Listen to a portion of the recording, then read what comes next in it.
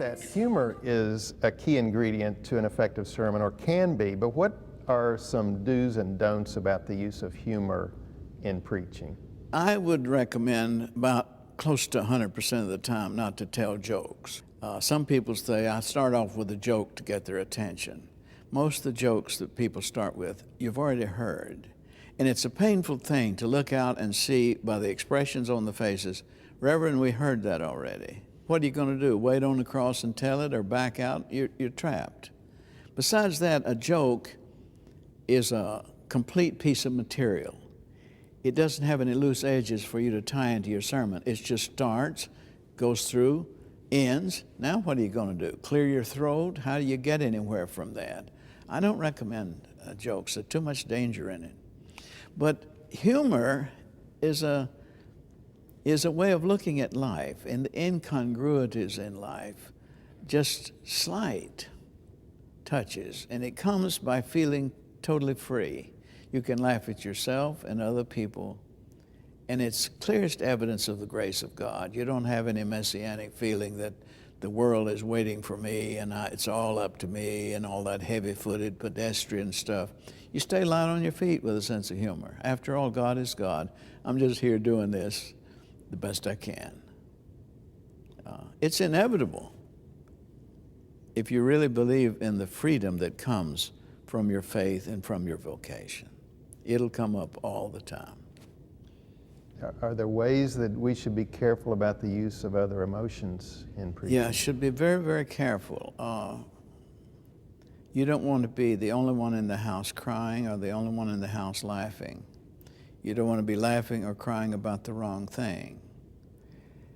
It starts with knowing yourself. Some people are their emotions are very close to the surface. Mine are very close to the surface. In fact, sometimes I decide at the last minute not to tell something because it is so emotion-laden, so full of sorrow or grief or pain of some sort, that not only do I feel they're not ready for it to be heard, but I'm not ready to tell it. The ink isn't dry. And if I get in the middle of that and get emotional, I don't want to. I never add material after preparation in the pulpit, but I sometimes will extract something for the very reason of the availability of emotion. It is a delicate thing. You can violate people by hurting their feelings. What would you say about ending the sermon? Yeah, it's a very difficult thing. In my preparing a sermon, I do the conclusion first. I know where I'm going.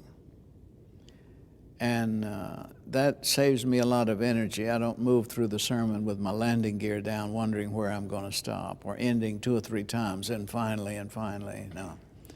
But I want to give them the benefit of the doubt. I don't want to run past the goal line into the next field. I think you've been listening. I think you're interested in this. I think you believe in this as strongly as I do. So I'm going to leave you something to do. Quietly, prayerfully, or excitedly, or take up some task. I'm going to leave something for you. I more often make a mistake of stopping short of the goal line than I do going past it. But my respect for you is such that if I start a sentence that has been a refrain through the sermon, the last time I start that sentence, I may say one word, and I know you'll complete it.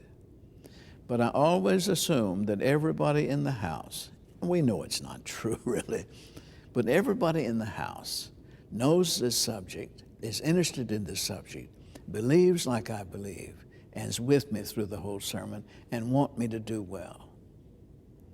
Now, that's taken me a long time to get to that point. I used to be a little, somebody get up and leave. What did I say wrong? And I was upset. Well, they may have had to catch a plane or go to the restroom.